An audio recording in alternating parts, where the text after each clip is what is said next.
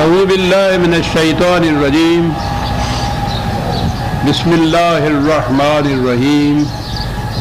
عزیزان من، آج مارچ 1983 کی 11 تاریخ ہے اور درس قرآن کریم کا آغاز سورہ الواقعہ کی آیت 57 سے ہو رہا ہے، 56/57۔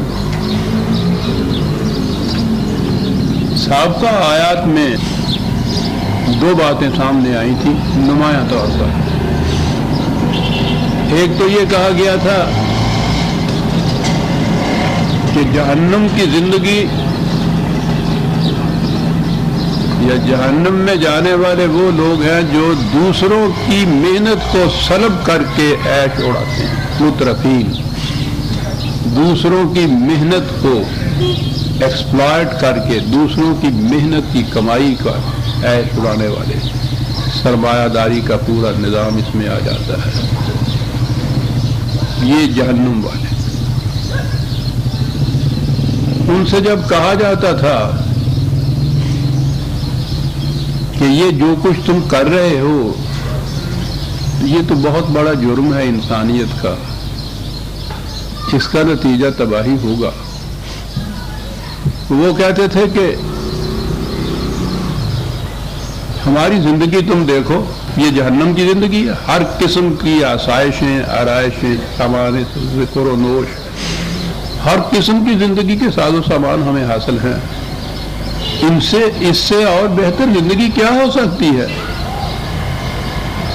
اور وہ کون ہے جو ہم پہ گرفت کرے، مواخذہ کرے؟ اگر کوئی چیز خلاف قانون بھی ہوتی ہے تو اس کے لیے ہمارے پاس انتظامات ہیں، یا تو ہم وہ قانونی بدل دیتے ہیں، اور اگر ایسا نہ ہو تو پھر ہمارا انتظام ایسا ہے کہ ہم گرفتاری نہ ہوں، پکڑے ہی نہ جائیں، مواخذہ ہی کچھ نہ ہو۔ پولیس سے لے کے سپریم کورٹ تک ہمارے انتظامات موجود ہیں، ہمیں کوئی نہیں پکڑ سکتا۔ ان سے کہا گیا تھا کہ یہ معاملہ سپریم کورٹ تک ختم نہیں ہو جاتا،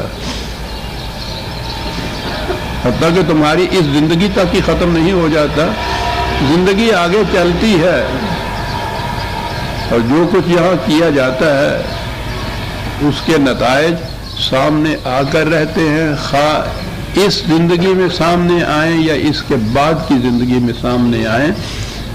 یہ زندگی اور وہ زندگی، میں نے عرض کیا تھا نا کہ یہ ہم نے ہی تفریق کر دی ہے۔ قرآن تو اس کو کنٹینیوٹی، اس کے تسلسل کا قائل ہے کہ زندگی تو مسلسل چلتی ہے۔ پہلے یہ ذرا باغ کی باڑ سے باہر ہوتی ہے ندی، اس کے بعد یہ باڑ کے اندر آ جاتی ہے۔ ندی تو اسی طرح سے رواں دواں آگے چلتی ہے، اپنے اعمال کے اثرات ساتھ لیے ہوئے، اور ان کے نتائج خواہ یہاں وہ برآمد ہوں یا اس کے بعد برآمد ہو، اس کی گرفت سے تم کہیں باہر جا نہیں سکتے۔ اور اس پہ ان کا اعتراض تھا کہ ہم اپنی آنکھوں کے سامنے دیکھتے ہیں انسان مر جاتا ہے، ہڈیاں بوسیدہ ہو جاتی ہیں، جسم اس کا جو ہے خاک میں مل جاتا ہے، تو اس کے بعد پھر کہاں کی زندگی اور کہاں کا پیدا ہونا ہے؟ یہ مقامات جو ہیں اسے ماوراء الطبیعات کہتے ہیں۔ یہ جو فزیکل دنیا ہے، مادی دنیا ہے، اس سے ماوراء جو چیزیں ہیں ان کا سمجھنا مشکل ہوتا ہے، اور قرآن ان کو یا تو تمثیلاً سمجھاتا ہے، اور اس تمثیل میں وہ اس مادی دنیا، اسی محسوس دنیا کے پیکروں کی گفتگو کرتا ہے، اور اس سے وہ نتیجہ برآمد کراتا ہے کہ سوچ سمجھ سے کام لو، کیا اس سے یہ نتیجہ نہیں نکلتا؟ یعنی وہ یہ تو نہیں ہے کہ وہ دکھا دے تمہیں کہ یہ دیکھو مرنے کے بعد کی یہ زندگی ہے، وہاں سے کسی کو لوٹا کے لے آئے اور کہے کہ لو پوچھ لو اس سے کہ وہ ہے زندگی یا نہیں، یہ تو ہے نہیں۔ تو اسے سمجھانے کا یہی طریقہ ہے کہ یہاں کی ایسی چیزیں جن کے متعلق پہلے کہا جائے کہ ذرا تم اپنی عقل و فکر کی روح سے سمجھاؤ تو صحیح کہ یہ کیسا ہوتا ہے۔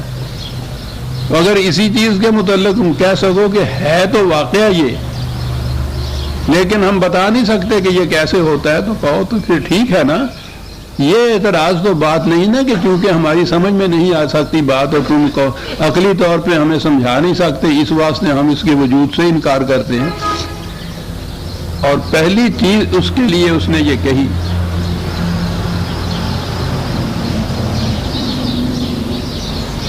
کہ نحن خلقناکم فلولا تصدقون، موجودہ زندگی جو تمہاری ہے، تم جو ایک انسانی پیکر میں ہو، انسان ہو، موجود ہو، اسے تو تم مانتے ہو نا کہ تم موجود ہو۔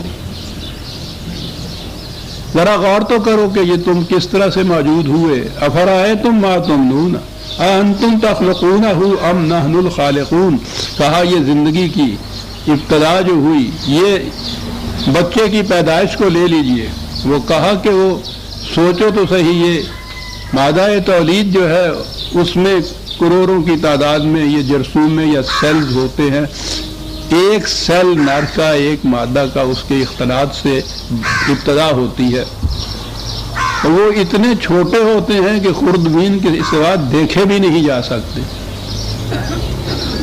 کہا کیا تم سمجھا سکتے ہو کہ یہ اتنے ایسے سیلز جو ہیں ان سے اس طریق سے جو بچہ پہلے رحم مادر کے اندر بنتا ہے، پرورش پاتا ہے، وہ اندر اس رحم کے اندر جو بالکل یعنی چاروں طرف سے وہ ایک بند غبارہ سا ہوتا ہے، اس میں باہر کی دنیا کی کوئی چیز نہیں ہوتی، بچہ سانس لیتا ہے، بڑھتا ہے، پھولتا ہے، پھلتا ہے، اس کا دل دھڑکتا ہے، دل دھڑکن کا تو ڈاکٹر باہر سے معائنہ کرتا چلا جاتا ہے ہر چیز کے متعلق۔ وہ کہا کبھی سمجھا سکتے ہو تم؟ اگر یہ سامنے تمہارے بچہ پیدا نہ ہو یا اس طرح سے تمہاری علم میں یہ بات نہ ہو، تم محسوس نہ اس کرو کہ یوں ہوتا ہے، تو سمجھا سکتے ہو تم؟ اور کہا کہ اس سے بھی پیچھے چلے جاؤ، ان جرثوموں میں تو پھر بھی زندگی ہوتی ہے، یہ زندگی کہاں سے آ گئی؟ اور یہ وہ مقام ہے کہ وہ 1300 سال کا پہلے کا بدو ہی نہیں، 1400 سال کے بعد کا آج کا بلند ترین سائنٹسٹ بھی اس مقام پہ محو حیرت ہوتا ہے۔ وہ کہتے ہیں کہ یہ چیز جو ہے یہ نہ سمجھ میں آ سکتی ہے نہ سمجھائی جا سکتی ہے کہ زندگی کیسے آ گئی۔ یہ مادہ، یہ میٹر ان اینیمیٹ ہے جس میں زندگی نہیں ہوتی، اس کے اندر زندگی کیسے آ گئی، کہاں سے آ گئی، کیسے پیدا ہو گئی؟ سائنس اور سائنٹسٹ اس مقام پہ اسی طرح محو حیرت ہے جس طرح سے کہ پہلا انسان یا دور جاہلیت کا انسان تھا۔ عقل انسانی اس عقدے کو واہ نہیں کر نہیں سکتی۔ ابھی پچھلے مہینے کا ہی وہ ٹائم یعنی ریڈر ڈائجسٹ تھا غالباً، اس میں پھر سائنسدان جمع ہو کے انہوں نے یہ کہا کہ سائنس زندگی پیدا نہیں کر سکتی، کوئی طریقہ ایسا نہیں کہ ہم لائف کو پیدا کر دیں، لائف کس طرح سے وجود میں آ گئی ہم نہیں کہہ سکتے۔ اور سلیمان نے تو لمیٹیشن تو سائنس میں یہ کہا ہے کہ یہ عقدہ ایسا ہے کہ وہ جو آخری انسان ہے ہم اسی کے اوپر چھوڑتے ہیں کہ شاید وہ کچھ بتا سکے، ہم تو کچھ نہیں بتا سکتے، وہ آخری انسان بھی بتا نہیں سکے گا زندگی کیسے پیدا ہو گئی، کہاں سے آ گئی۔ یہ زندگی کی نمود ہے جسے ہم یہ انسان کا پیکر، یہ جسم انسانی کہتے ہیں۔ زندگی نے اپنے مظہر کے لیے ایک پیکر تلاش لیا ہوا ہے، یہ زندگی نہیں ہے، یہ زندگی جو ہے اس کے اندر وہ کہاں سے آ گئی؟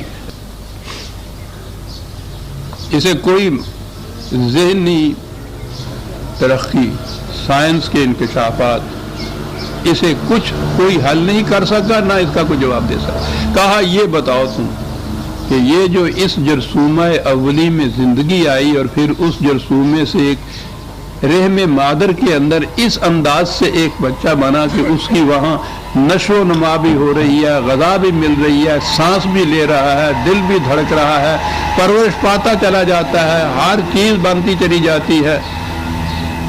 ایک آرٹیکل اور آ رہا ہے آج کل بھی، برین کے اوپر وہ آرٹیکل آ رہا ہے، دانتوں میں انگلی دبائے ہوئے سائنٹسٹ بیٹھے ہوئے ہیں، صرف ایک اکیلے برین کی، دماغ کی جو ساخت ہے اس کے متعلق جو تجزیے کر رہے ہیں صاحب کہ یہ کس طرح سے کام کر رہا ہے، تو قرآن کریم نے اس دور کے بدو کو بات سمجھائی جو آج کے سائنٹسٹ سے بھی وہی دلیل دی جا سکتی ہے کہ بتاؤ زندگی تمہاری پیدا کرتا ہے یا خدا کی پیدا کرتا ہے؟ وہ تو ایک طرف میں نے کہا ہے نا کہ آئنسٹائن بھی نہیں کہہ سکتا کہ یہ ہماری پیدا کرتا ہے،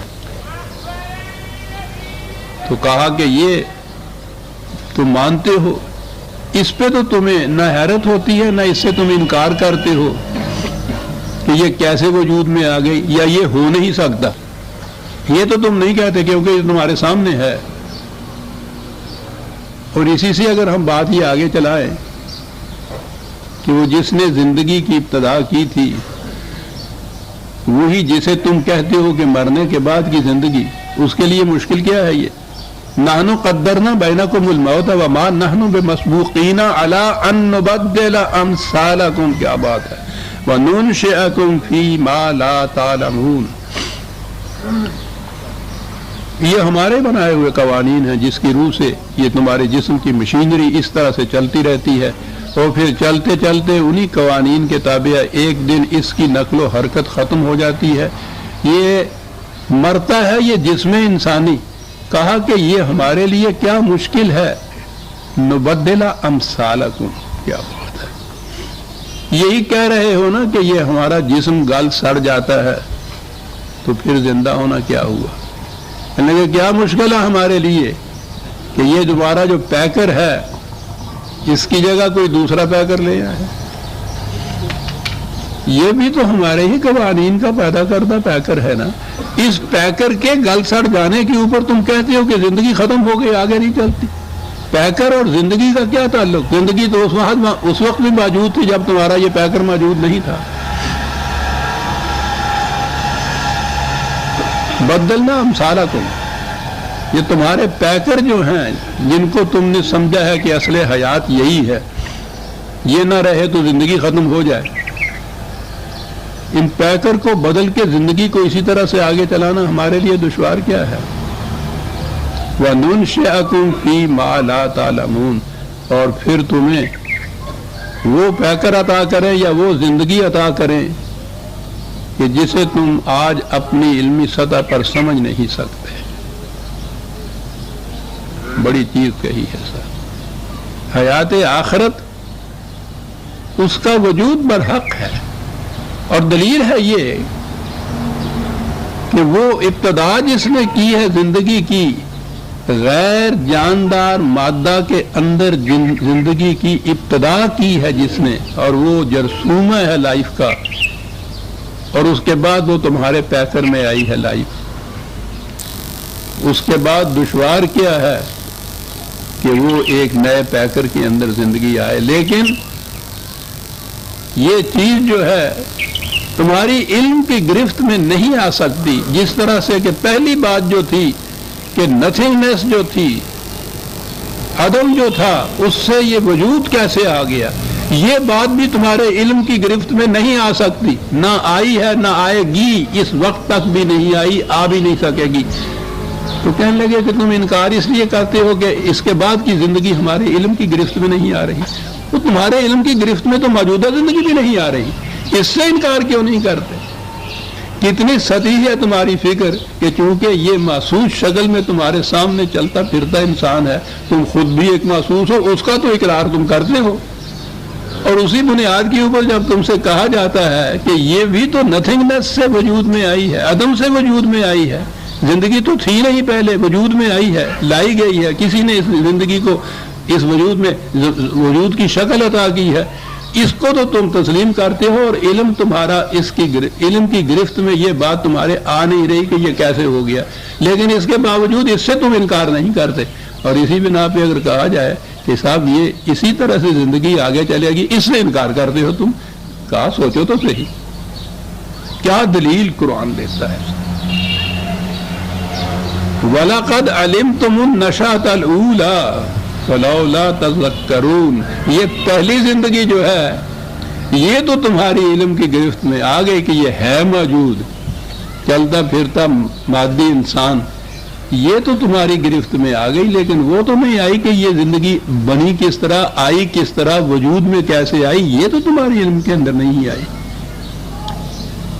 تو تمہارے علم کی تو حد اتنی ہے صرف، تو اس قدر محدود علم کی بنا پر اتنی بڑی حقیقت سے انکار کر دینا کہ نہیں صاحب ہم مانتے ہی نہیں ہیں، اس کو بھی نہ مانو، اس سے تم انکار نہیں کرتے، اس کو تم تسلیم نہیں کرتے، حالانکہ یہ تو ایک ہی حقیقت کی دو شکلیں ہیں۔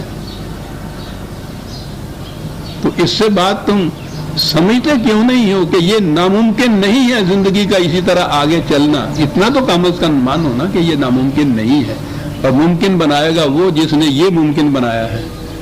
غیر جاندار مادہ کے اندر زندگی کی نمود جس نے یہ ممکن بنا دیا ہے، وہ اس کو بھی ممکن بنا دے گا، پیکر ہی بدلے گا، اور اس پیکر کے مٹنے سے، گال سر جانے سے تم اس نتیجے پہ پہنچے ہو کہ زندگی نہیں ہے۔ زندگی اور اس پیکر کے کو الگ الگ کر کے بتانا، یہ ہے قرآن کا اعجاز۔ زندگی ہمارے جسم کی پیدا کردہ نہیں ہے، ہمارا جسم زندگی کا پیدا کردہ ہے۔ وہ جرثومہ جو تھا وہ زندگی کا پیکر تھا، جس سے یہ انسانی بچہ کا وجود آیا، وجود عمل میں آیا ہے، ابتدا ہوئی ہے، اس میں زندگی تھی۔ یہ زندگی ہے جو اتنا بڑھ کے اس پیکر کے اندر آئی ہے۔ وہ زندگی کہاں سے آئی؟ تمہارے علم میں بات یہ نہیں آتی، اس کے باوجود تم اس سے انکار نہیں کرتے کہ ہاں صاحب تھی زندگی۔ کہنے لگا اسی سے پھر آگے چلو، اس سے کیسے انکار کر سکتے ہو؟ اب اور مثال دی، اور اگلی مثال جو ہے قرآن میں عام طور پر مکافات عمل کے لیے بھی کھیتی کی مثال دیتا ہے قرآن۔ اور وہ جو بات تھی نا کہ دوسروں کی محنت کی کمائی پہ عیش کرانے والے، اس زمانے میں یہ انڈسٹریز تو ابھی ہوتی نہیں تھی جو کارخانے کی مثال دی جاتی، یہ زمین ہی کی مثال دی جا سکتی تھی، کھیتی کی مثال دی جا سکتی تھی، یہ جسے مزارعت کہتے ہیں نا۔ قرآن نے یہ پہلے کہا کہ یہ زمین تمہاری ملکیت کیسے ہو سکتی ہے؟ پہلی چیز یہ ہے، یعنی کسی بنیاد پہ بھی یہ ملکیت نہیں ہو سکتی، تمہارے پیدا ہونے سے پہلے یہ موجود تھی۔ یہ کرۂ ارض انسان کے اس زمین پہ آنے سے پہلے موجود تھا۔ تم پیدا ہوئے تو اس کے بعد تم نے کہا کہ یہ ہم اس کے مالک ہیں، یعنی اس چیز کے مالک جو تمہاری پیدائش سے پہلے موجود تھے، ایسے مالک ہو گئے بھی۔ کسی جہت سے بھی کوئی چیز خریدی جاتی ہے تو اس کا کوئی مالک بن سکتا ہے، چلیے چرائی جاتی صحیح، کہتے ہیں وراثت میں لی، اس سے یہی لگے کہ یہ تو بتاؤ کہ جو چیز تم سے پہلے موجود تھی، مالک بننے کے لیے جو شرطیں ہوتی ہیں ان میں کوئی شرط بھی پوری نہیں ہو سکتی اس پہ، اور موجود اس لیے تھی کہ جو یہاں ہم نے پیدا کرنے ہیں جاندار، ان کے زندہ رہنے کے لیے پرورش کا سامان دے۔ ہم خالق ہی نہیں تھے کہ پیدا تو ہم کر دیتے اور پھر ان سے کہتے کہ جاؤ میاں اپنا رزق آپ تلاش کرو، اور رزق کے سامان جو تھے وہ ہم پیدا نہ کرتے۔ کہتا ہے بتاؤ تو صحیح کہ خالقیت جو تھی کتنا ظلم ہوتا اگر ربوبیت اس کے ساتھ نہ ہوتی تو۔ ہم تو رحم مادر کے اندر بچے کی پرورش کا انتظام کر کے پھر اس بچے کی ابتدا کرتے ہیں وہاں، اور جب وہ طریقے نشو و نما جو رحم کے اندر ہوتا ہے وہ ایک درجے پہ پہنچ کے وہ ختم ہوتا ہے، بچے نے پیدا ہونا ہوتا ہے۔ پیدائش سے ایک دن پہلے بھی ماں کی چھاتیوں میں دودھ نہیں ہوتا، وہ اندر ماں کے خون سے ہی پرورش پا رہا ہوتا ہے۔ پرورش پانے کا طریقہ آپ سوچئے وہ کتنا مختلف ہوتا ہے اس سے۔ جو ہی وہ پیدا ہوتا ہے سامان نشو و نما، اس کا پرورش کا سامان دودھ کے چشموں کی شکل کے اندر موجود ہوتا ہے اس کی پیدائش کے ساتھ ہی۔ یہ کون سی فیکٹری اندر ہے، کون سا اس کا مینیجر ہے جو سارے انتظامات کر رہا ہے؟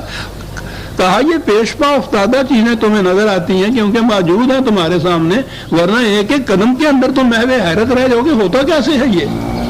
اور پھر جو میں نے کئی دفعہ یہ مثال دی ہے، قرآن نے مثال دی ہے کہ جوں جوں بچے کے اندر ہضم کی قوت زیادہ ہوتی چلی جاتی ہے، ماں کے دودھ میں وہ جو پانی کا مقدار ہے وہ کم ہوتا چلا جاتا ہے، دہنیت جسے اسے کہتے ہیں وہ زیادہ ہوتی چلی جاتی ہے، کہتے ہیں دودھ گاڑھا ہوتا چلا جاتا ہے۔ وہ گاڑھا کیا معنی ہوتا ہے؟ یہ میں عرض کیا کرتا ہوں پہلے بھی کہ یہ جو اب دودھ کے ڈبے آتے ہیں، ان ڈبوں کے باہر وہ انہوں نے چارٹ دیا ہوا ہوتا ہے، پہلے مہینے کے بچے کے لیے اتنی چمچی اس کی اور اتنا پانی، وہ بہت پتلا ہوتا ہے، دوسرے مہینے کے لیے پانی کم دودھ ذرا زیادہ، پھر آگے پھر وہ چارٹ جو ہوتا ہے وہ انہوں نے ماں کے دودھ کا تجزیہ کر کے وہ چارٹ بنایا ہوا ہوتا ہے۔ سائنس فالو کر رہی ہوتی ہے اس انتظام کو، اور جو ہی بچے میں دوسری چیزیں کھانے کے لیے قوت ہوتی ہے ہاضمے کی، یہ چشمے بند ہو جاتے ہیں کہ اب ادھر آؤ۔ کہا یہ ساری چیزیں تم دیکھتے ہو، اس سے تو تم انکار نہیں کرتے۔ تو ایک تو قرآن یہ مثال دیا کر، دوسری مثال ہوتی ہے یہ کھیتی کی۔ کھیتی کی مثال دو طریقوں سے وہ دیتا ہے، ایک تو یہ کہ تم زمین کے مالک بن کے دوسروں کو اس سے محتاج کیسے کر سکتے ہو۔ ہم نے زمین کو پیدا کیا تمام انسانوں کی پرورش کے لیے، کیا حق حاصل ہے کسی ایک انسان کو کہ وہ دائرہ کھینچ لے زمین کے اوپر ہو کہہ کہ یہ میری زمین ہے؟ ارے تیری زمین کیسے ہو گئی ہے؟ اور دوسرے اس سے پھر محروم ہے۔ زمین پڑی ہوئی تو کوئی دیتی نہیں، اس میں تو کاشت کرنی پڑتی ہے، پھر دوسرے انسانوں کو تم اپنا غلام بناتے ہو اور کہتے ہو کہ چلاؤ حال تم اس میں کرو کھیتی اس کے اوپر۔ سال بھر محنت کی کمائی، ان کی پسینہ نچڑ جاتا ہے ان غریبوں کا، اور اس کے بعد وہ آدھی کم از کم آدھی اس میں سے فصل جو ہے تمہارے گھر پہنچ جاتی ہے۔ کس بنا پر؟ کہ اس زمین کے اوپر لکیر تم نے بنوا لی تھی پٹواری کے کاغذ میں، ملکیت کے خانے میں تمہارا نام لکھا ہوا، بس یہ حق۔ کہا کہ یہ تمہیں حق کیسے حاصل ہو گیا؟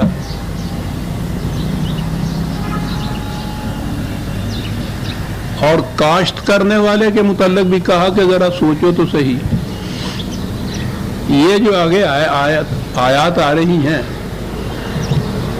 یہ معیشت یا اکانومی کے ضمن میں بھی بڑی اہم ہے۔ یہ زمین خدا کی،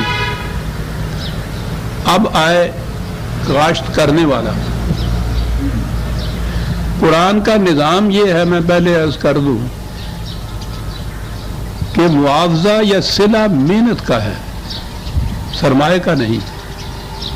زمین پہ لکیر کھینچ کے تم اس فصل کے مالک نہیں بن سکتے۔ پہلے تو زمین ہی تمہاری نہیں، وہ خدا کی ہے۔ اب آ جائیے اس میں جب فصل کا جو کاروبار ہے، کاشتکاری جسے کہتے ہیں، کہا آؤ دیکھو تو صحیح اس میں تمہارا حصہ کتنا ہوتا ہے۔ اور یوں ایسے بات کرتا ہے قرآن جیسے دو بزنس والے آپس میں مشترک بزنس کریں اور کہیں کہ دیکھو بھائی تمہارا کتنا اس میں انویسٹ کیا ہوا ہمارا کتنا ہے۔ تو کہا کہ یہ کرتے ہو نا کہ جس حد تک جس کا انویسٹمنٹ ہوتی ہے اتنا ہی اس کو اس میں سے منافع ملتا ہے، سارا تو نہیں لے جاتا نا وہ۔ کہا آئیے اس کاروبار کے اوپر ذرا دھیان تو دیجئے۔ افرأیتم ما تحرثون، یہ جو تم کھیتی باڑی کرتے ہو، کاشت کرتے ہو، کبھی اس پہ تم نے غور کیا ہے؟ اَأَنْتُمْ تَزْرَعُونَهُ أَمْ نَحْنُ الزَّارِعُونَ، تم تو صرف اس میں ہل چلا کے زمین کو ہموار کر کے ایک دانہ اس کے اندر ڈال دیتے ہو، اس سے آگے تمہارے اختیار میں ہی نہیں ہوتا کہ اس دانے میں سے کونپل کھونٹے۔ کر لو جتنی کوشش کرنا چاہتے ہو، جو جی میں آئے کر لو، بتاؤ یہ جو فصل اگنی ہے اس میں تمہارا اتنا حصہ ہے کہ تم نے زمین کو ہموار کیا ہے اور اس کے اندر ایک دانہ ڈال دیا ہے، یہ تمہاری محنت۔ دانے میں سے کونپل، کونپل میں سے پودا، پودے میں سے فصل،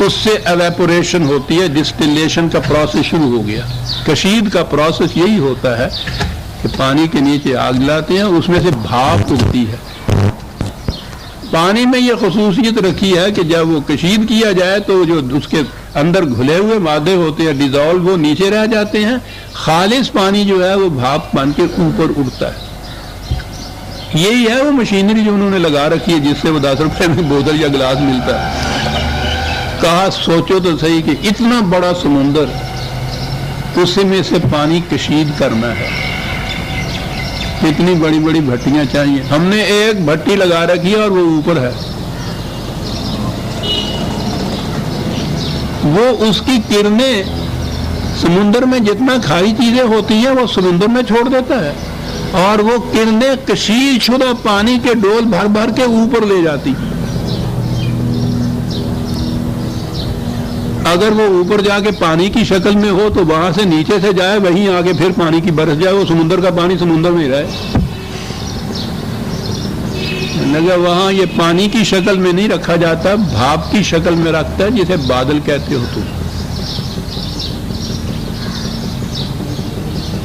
پھر اگر وہ اسی مقام کے اوپر بادل رہے تو پھر بھی وہ تو پانی کے اوپر رہا، کہتا پھر ہم ہوائیں چلاتے ہیں جو اس بادل کو دھکیلے ہوئے لیے چلی جاتی ہیں، چلا جاتا ہے، بارش کو دیکھتے جیسے اٹھتا ہے۔ اور پھر ہمارا انتظام ہے کہ جس مقام کے اوپر پانی برسنا ہوتا ہے وہاں ٹھنڈ پیدا کر دیتی ہے، اس ٹھنڈک کی وجہ سے پانی وہ بادل بھاری ہوتا ہے، بھاری ہونے کے بعد پھر وہ پانی کی شکل میں تبدیل ہوتا ہے۔ اب وہ سمندر کا کھاری پانی، یہ جو انتظام ہے واٹر سپلائی کا، اس کی روح سے وہ کشید شدہ پانی تمہارے زمین پہ گرتا ہے، اس سے فصل اگتی ہے۔ فرمائیے حضور کہتے ہیں قرآن، فرمائیے کہ یہ جو پانی برسا ہے اس میں جناب کا کتنا حصہ ہے اور ہمارا کتنا حصہ ہے۔ اتنے ہی پروسیس میں آپ دیکھیے کہ پہلی چیز تو یہ کہ اس بزنس کا جو بیس ہے زمین، وہ ہماری نہیں ہے۔ دانا ایک ڈالا تم نے، پانی نہ ہو تو وہ بھی ویسے کا ویسا پڑا رہے، سڑ جائے، گل جائے۔ پانی چاہیے اس کو مقطر، کشید شدہ، مقطر نہیں، وہ کشید شدہ ہی ہوتا ہے، وہ تو فلٹریشن ہوتی ہے جسے تقطیر کہتے ہیں، مقطر۔ کشید شدہ پانی چاہیے، ڈسٹلڈ واٹر اتنی مقدار میں چاہیے۔ پھر اگر وہ ایک ہی وقت میں برس جائے سارا تو پھر بھی نہیں کھیتی ہوتی۔ وہ باقی جو ہوتا ہے، ہم جو پہاڑوں پہ ریزروائر بنا رکھے ہیں وہاں وہ برف کی شکل میں جمع رہتا ہے۔ گرمیوں میں وہاں سے وہ برف کو ہم پگھلاتے ہیں، پھر وہ پانی کی شکل میں تمہارے گھروں کے آگے سے گزرتا چلا جاتا ہے، کھیتیوں کے پاس سے گزرتا چلا جاتا ہے۔ لیجئے سارا سال کشید شدہ پانی اس طرح سے تمہارے آگے سے گزرتا چلا جاتا ہے۔ فرمائیے جناب آپ کا کتنا حصہ ہے اس میں، ہمارا کتنا حصہ، کاروبار کر رہا ہے۔ بڑا عجیب ہے انداز سمجھانے کا۔ لگا زندگی آگے، پانی سے آگے چلیے تو پھر یہ آگ کے اوپر زندگی ہے تمہاری، حرارت ہے۔ افرأیتم النار التی تورون اانتم انشأتم شجرتها ام نحن المنشئون۔ کیا بات ہے، کہتا ہے یہ آگ کہاں سے پیدا ہوتی ہے؟ درختوں کی شاخیں سبز ہوتی، سبز شاخیں جو ہیں کبھی ان میں آگ ہوتی ہے؟ وہ جو غالب نے کہا تھا نا کہ شعلہ خس میں جیسے خون رگ میں نہاں ہو جائے گا، کیا تشبیہ تھی۔ وہ کہتا ہے کہ اس سبز شاخوں کے اندر آگ کے انگارے ہم نے رکھ دیے ہوتے ہیں بھر کے، جب تک ضرورت ہوتی ہے وہ سبز رہتی ہے، اس کے بعد پھر وہ ایندھن بن جاتی ہے، اسی سبز شاخوں سے آگ نکلنے لگ جاتی ہے۔ کہیے یہ اسکیم تمہاری پیدا کردہ ہے یا ہماری پیدا کردہ ہے؟ کہا آؤ اب حساب کریں۔ نحنو جعلناھا تذکرۃ، کہا جو کچھ ہم نے اس وقت تک کہا ہے وہ اس لیے ہے کہ تم غور و فکر کر کے سوچ لو اور ایک نتیجے پر پہنچنے کی کوشش کرو۔ تذکرہ اس کو کہتے ہیں. کسی چیز کو سامنے رکھیے, اس کے اوپر غور و فکر کیجیے, تو جیسے سوال حل کرتے ہیں حساب کا, اور اس کے بعد ایک نتیجے کے اوپر پہنچو. کہا یہ ہے, یہ سارا پروسیس, سارا یہ نظام کھیتی باڑی کا, جس کے تم اپنے آپ کو پورے وحدہ لا شریک مالک سمجھتے ہو, پوری فصل کا ہماری ہے. اور اس میں کہتا ہے کہ دیانتدار بزنس مین کی طرح حساب کرو آ کر. ہم دھاندلی نہیں کرنا چاہتے, ہم تمہارا کچھ نہیں چھیننا چاہتے.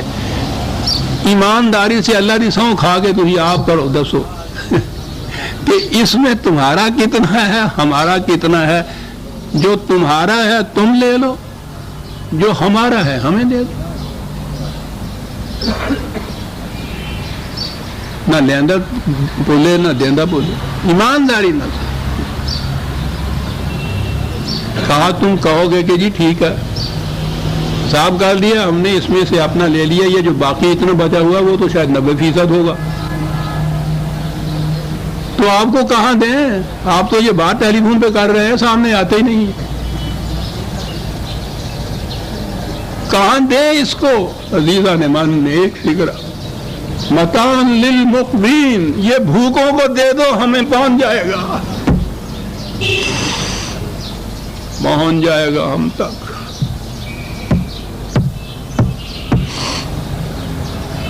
عزیزہ نے من سارا نظام معیشت کا جو ہے آپ کا اکنامک سسٹم ایک مثال میں حل کر کے رکھ دیا. لیس للانسان الا ما سعی, تم اپنی محنت کے حقدار تھے, ہم ان میں اس میں سے ایک دانہ بھی نہیں لینا چاہتے, لیکن یہ تمہاری بھی زیادتی ہوگی نا, جو ہمارا جو حصہ ہے اس میں سے لے جاؤ اپنے گھر میں, ہمارا حصہ ہمیں دے دو. اور میں نے جیسا عرض کیا ہے, بات تو یہ ہے جو آخر میں ایک لفظ میں کہہ دی, وہیں چھوڑ دیتا اگر, تو پھر یہ بھی چیز ہوتی کہ صاحب پھر ٹھیک ہے. وہ جو کہتا ہے قرآن کے یہ مذہبی پیشواؤں کی صورت یہ ہے کہ وہ حصے لگاتے ہیں, وہ کہتے ہیں کہ جی یہ ہمارا صحیح, یہ آپ کے مردوں تک پہنچانے کا صحیح, اور یہ اللہ واسطے کا کہتے ہیں کہ اپنے والا بھی لے جاتے ہیں, جسے اللہ واسطے کہتے ہیں وہ بھی لے جاتے ہیں.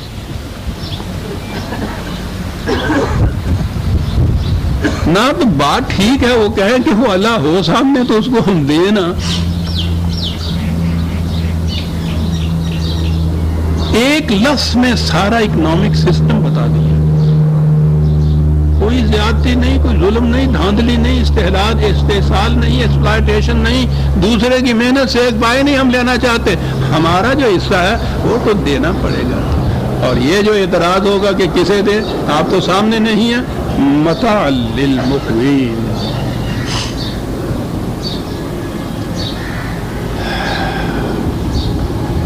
اقبال نے یہی جو آیتیں ہیں نا 4-5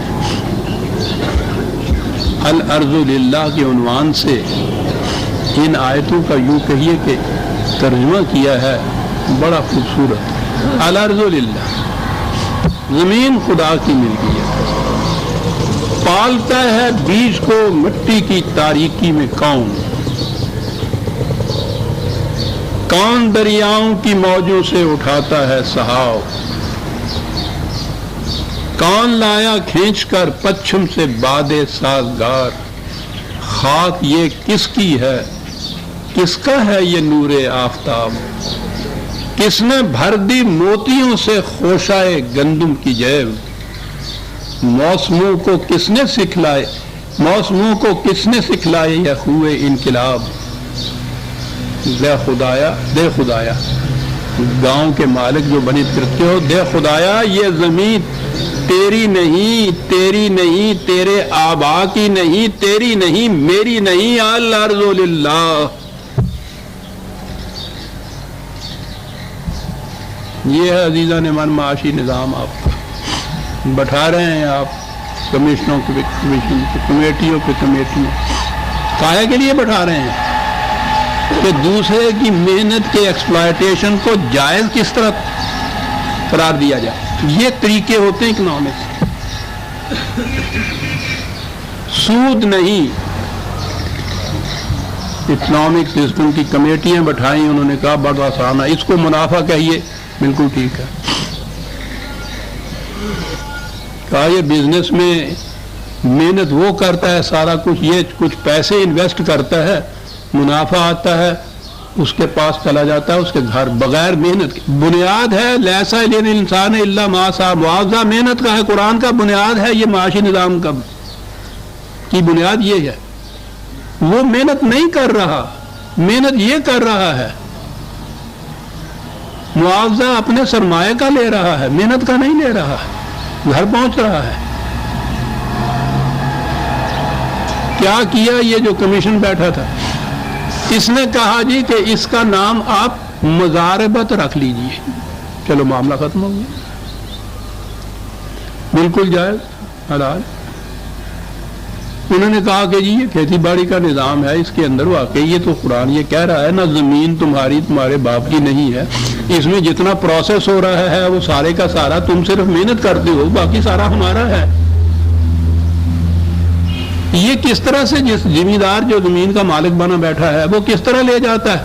انہوں نے کہا کہ یہ ٹھیک ہے، یہ ایسے تو نہیں لیا جا سکتا، اس کو مزارعت کہتے ہیں اور وہ جائز ہے۔ اسماء سمیتموہا انتم و آباؤکم، کچھ نام ہیں کچھ تمہارے باپ دادا نے رکھ لیے تھے جو تم کچھ رکھ لیتے ہو اور ناجائز کو جائز بناتے چلے جاتے ہو۔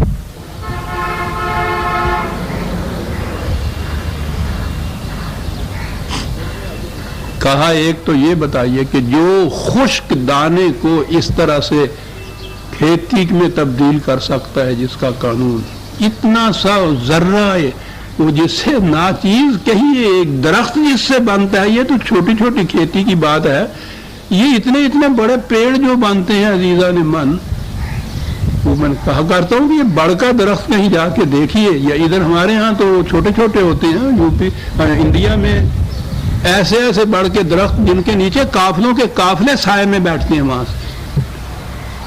وہ کہا تم نے سوچا ہے کہ یہ بڑ کا درخت کس چیز سے پیدا ہوا تھا؟ وہ بڑ کے اندر جو گولی لگتے ہیں نا، ایک درخت کے اندر وہ لاکھوں کی تعداد میں ہوتے ہیں، اور ایک گولر کے اندر ہزارہ کی تعداد میں خشخاش کے دانے کے برابر وہ چیز، اس میں کہ ایک جو ہوتا ہے جی اس سے یہ بڑ کا درخت بنا ہوا ہوتا ہے۔ کہا کہ یہ جو ہمارا تخلیقی نظام ہے اس پہ غور کرو تو معلوم ہو جائے گا کہ کچھ مشکل نہیں ہمارے لیے کہ ہم اس مرنے کے بعد تم جو زندگی کہتے ہو یہ زندگی چلتی رہے۔ اور دوسرا نظام اسی مثال میں دوسری چیز نظام معیشت کی، رزق کی مثال کہ پرورش کے لیے یہ جو کچھ ہم نے کیا ہے، کاہے کے لیے؟ دوسری آپ اس تفصیل دیکھنا چاہیں پھر وہ بیچ میں سے جو میں نہیں چاہا کرتا وہ میں اور میری آ جاتا ہے، نظام ربوبیت جو کتاب ہے میری، اسے آپ دیکھیے گا، قرآن کریم کا جتنا نظام اس نے یہ دیا ہے وہ سارا اس کے اندر آ گیا ہوا ہے۔ پھر میں عرض کروں وہ نظام کیا ہے؟ نظام یہ ہے جسے اسلامی نظام آپ کہتے ہیں، اس کا فریضہ یہ ہے کہ مملکت کے تمام افراد کی سامان نشو و نما یا بنیادی ضروریات زندگی بہم پہنچانا اس نظام کا ذمہ ہوتا ہے۔ پہلی بات یہ سمجھ لیجئے کہ کسی نظام کو اسلامی اس وقت کہا جائے گا جب وہ یہ ذمہ داری قبول کرے جو حضور نے فرمایا صلی اللہ علیہ وسلم کہ جس بستی میں ایک فرد بھی رات کو بھوکا سو جائے اس بستی سے خدا کی حفاظت کی ذمہ داری ختم ہو جاتی ہے۔ اور وہی جو حضرت عمر کا قول تو دہرائے چلے جا رہے ہیں ہم کہ جو انہوں نے کہا تھا کہ کوئی ایک انسان تو ایک طرف اگر دجلہ کے کنارے یعنی وہ مکے سے مدینے سے اتنی دور کے فاصلے پہ بھی دجلہ کے کنارے پہ بھی کوئی کتا بھوک سے مر جائے تو عمر سے اس کی بھی باز پرس ہوگی۔ یہ ذمہ داری لیتا ہے وہ نظام، تو اب وہ یہ ذمہ داری پوری کیسے کرتا ہے؟ وہ کہتا یہ ہے کہ ہر شخص جو بھی کام اس کے ذمہ لگے یا وہ کرنے کے قابل ہے وہ پوری محنت کرے، محنت سے وہ کام کرے، اس میں سے اس کی ضروریات اور اس کے بچوں کی ضروریات جو ہے وہ پوری کرنے کے لیے خواہ وہ خود رکھ لے یا وہ نظام کے سپرد کر دے، دونوں صورتیں یہ ہے۔ اولو العفو بھی ہے کہ اپنی ضرورت کے مطابق رکھ کے باقی جتنا زائد ہے وہ اس نظام کے حوالے کر دے تاکہ وہ ان لوگوں کی ضرورتیں پوری کرے جو خود اپنی محنت سے ضرورت پوری کرنے کے قابل نہیں ہے. یہ ہے جی سارا نظام. نہ دولت کسی کے پاس زائدہ ضرورت رہ سکتی، کاہے کے لیے رہے گی جی وہ دولت؟ اس دولت نے تو پیدا ہی کچھ نہیں کرنا. قرضہ کسی کو دے کے اس سے سود نہیں لے سکتا، کاروبار میں انویسٹ کر کے منافع میں حصہ نہیں لے سکتا، زمین خرید کر پیداوار کا حصہ نہیں لے سکتا. تو یہ درد سر کاہے کے لیے بول لے گا؟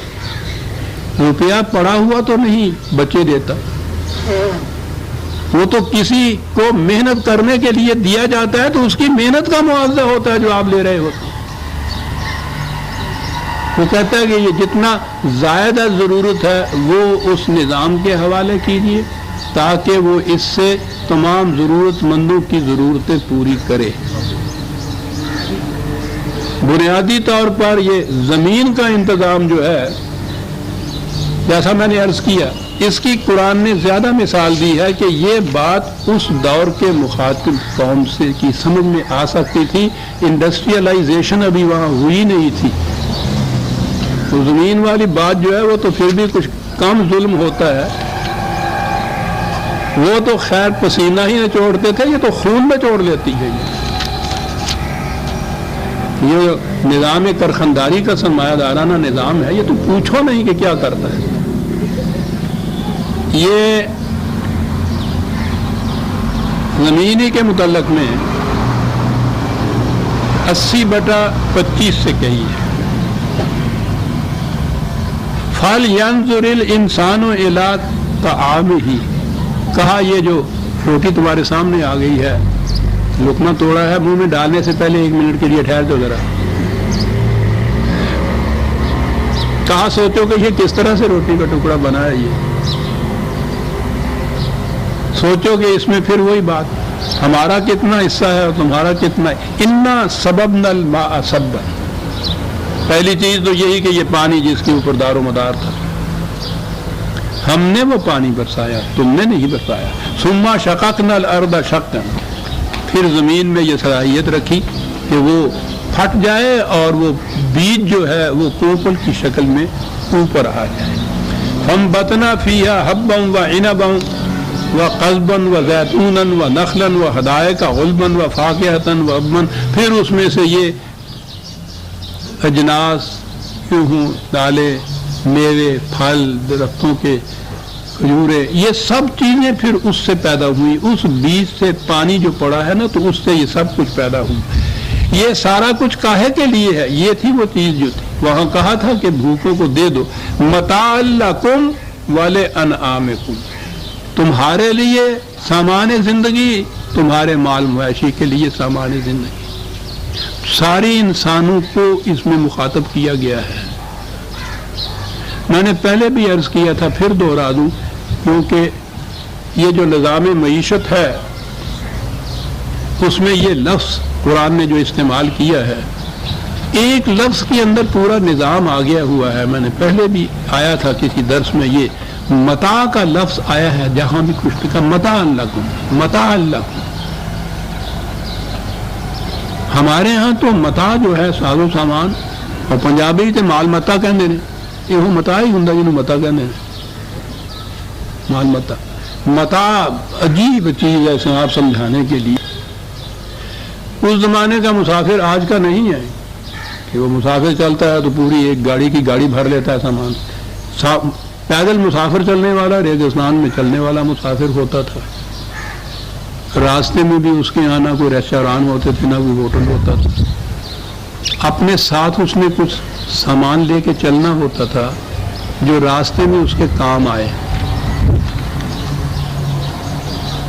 ایک چھوٹا سا خرگینہ سا، اس میں کوئی ستو، کوئی کھجوریں، ایک لوٹا، اس کے ساتھ پانی، وہ ڈوری، رسی، تو بڑی ضروری چیز تھی.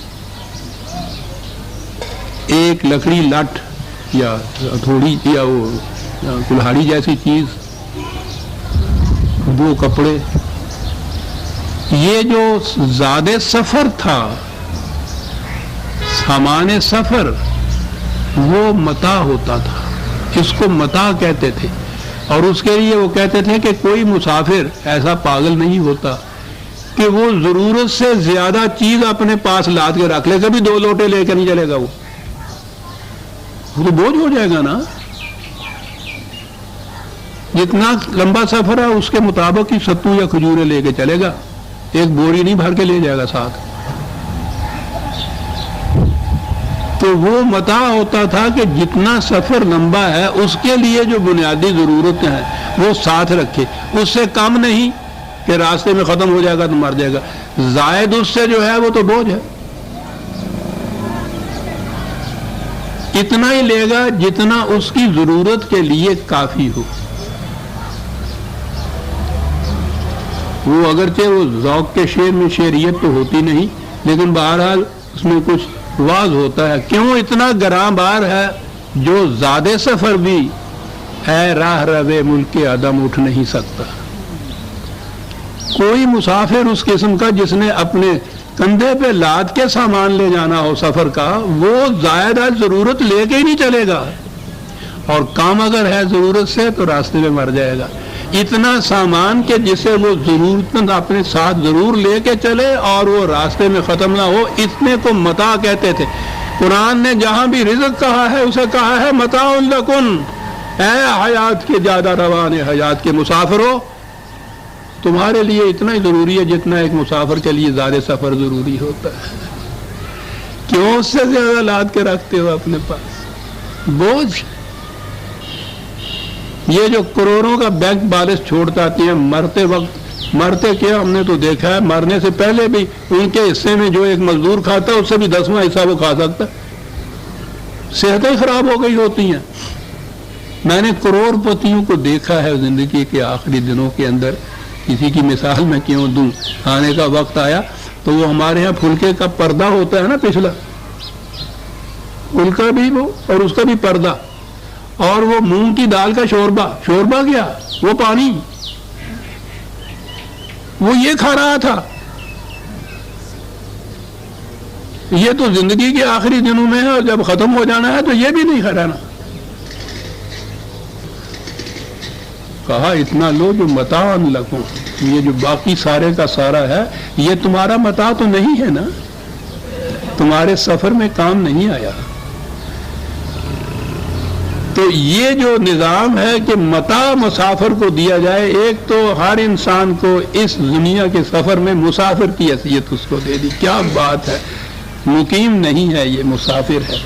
مسافر کو زیادہ سفر کی ضرورت ہوتی ہے، اتنا ہر ایک کو ملنا چاہیے، اور زیادہ سفر سے زیادہ اٹھانا اس نے کہا حماقت ہے، اس کی اجازت نہیں ہونی چاہیے۔ متاع لکم ولانعامکم، تمہارے اور تمہارے مال مواشیوں کے لیے متاع ہے، کہا یہ ہے جتنا چاہیے تمہیں، اور آگے ہے فسبح بسم ربک العظیم۔ ہمارے یہاں تو میں نے عرض کیا نا کہ بس وہ ترجمے جو ہوئے ہیں اس سے کچھ پتہ نہیں چلتا، یہ کچھ کہنے کے بعد آگے یہ ترجمے ہمارے ہاں ہیں، اپنے رب عظمت والے کے نام کی تسبیح کر،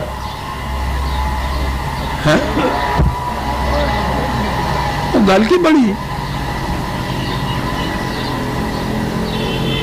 کیا کچھ کہتا چلا آ رہا ہے، آگے جا کے کہہ رہا ہے کہ چھاڑے سارے دھندے جنہیں آ گئے نے،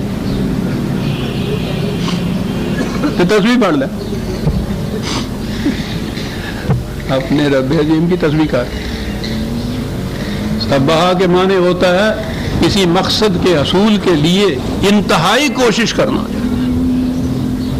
وہ جو انتہائی رفتار ہوتی ہے گھوڑے کی، وہ اس طرح سے جو چلتا ہے جھرپٹ، اس کو کہتے ہیں تسبیح۔ یہ تیراک جو پورے ہاتھ سے جس طرح سے تیرتا ہے اس کو کہتے ہیں تسبیح۔ انتہائی جتنی بھی کوشش تمہاری سرگردانی کی ہو سکتی ہے وہ یہ کر، سرگردانہ کاہے کے لیے؟ کہا یہ ربوبیت چھوٹے چھوٹے پیمانے کے اوپر تم کرتے ہو کہ میری ضرورت، میرے بچوں کی ضرورت، کہتا ہر شخص یہی کرتا ہے۔ یہ تو کہنے لگے جانور بھی کرتے ہیں، حیوانات بھی کرتے ہیں، حیوان میں اور انسان میں پھر فرق کیا ہوا؟ تجھ میں اور ان میں فرق کیا ہوا؟ یہ ربوبیت محدود نہ رکھ، ربک العظیم، عظیم ربوبیت جو وسعت کی ہے پورے نو انسانی کے لیے، اس کے لیے کوشش کر۔ اور غور فرمایا، سارا فلسفہ معیشت کا بیان کر کے سامان رزق کا انتظام جو ہے اس کو دوہرا کے آخر میں کہا کیا؟ اپنی ذات تک یہ ربوبیت نہ رکھ، سبح بسم ربک العظیم، رب کا لفظ اور فرمائیے جہاں آئے گا سامان نشو و نما دینے والے اس کے معنی ہوں گے۔ خدا نے جو ربوبیت عامہ کے لیے یہ انتظام کیا ہے اسے بروئے کار لانے کے لیے سرگرداں ہو، انتہائی کوشش کر۔ اور اس کے بعد یہ ہے کہ پھر جو ہم نے پہلے باتیں کی ہیں وہ ساری قانون کی، کہ اس کے مطابق سب کچھ ہوتا رہتا ہے۔ ہماری خارجی کائنات میں تو وہ ہوتا ہے کیونکہ ہمارا قانون ہے اور ان کو اس کا اختیار نہیں کہ وہ اس قانون کی خلاف ورزی کریں۔ آؤ تمہیں بتائیں کہ یہ کائنات میں ہمارا قانون کس طرح سے روبہ عمل ہوتا ہے۔ یہ اگلی آیت میں آئے گا، سورہ واقعہ کی آیت 74 تک ہم آ گئے، 75 سے آئندہ لیں گے۔ ربنا تقبل منا انک انت السمیع العلیم۔